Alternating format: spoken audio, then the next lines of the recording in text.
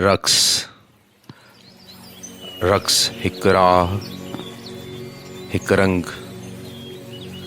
रक़्स ई आहे जंहिं इंसान खे हिन काइनात जे ख़ूबसूरत तरीन इसरारनि खां आगाह कयो। रक़्स ई आहे जंहिंजे वसीले इंसान पंहिंजे हमज़ात खे ॻोल्हे लधो। रक़्स करियो ऐं पंहिंजे हमज़ात खे ॻोल्हे लहो। रक़्स करियो ऐं पूरी धरती सां गॾु पूरी काइनात सां झूमी उथो।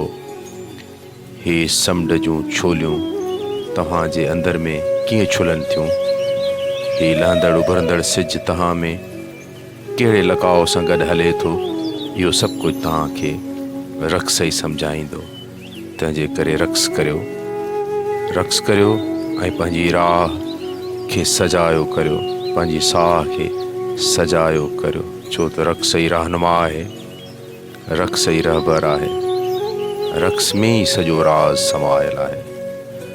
रक़्स करे रक़ास बणिजो, ख़ासि बणिजो ऐं ॻोल्हे लहो पंहिंजे वजूद जे उन्हनि वार्ताउनि खे जेके रक़्स खां सवाइ कॾहिं बि नथियूं सम्झी सघजनि। रक़्स करियो जेतिरो बि थी सघे, रक़्स करियो ऐं उन्हनि हथनि में हथ विझो जेके फ़क़ति रक़ास खे ई नसीब थियनि था।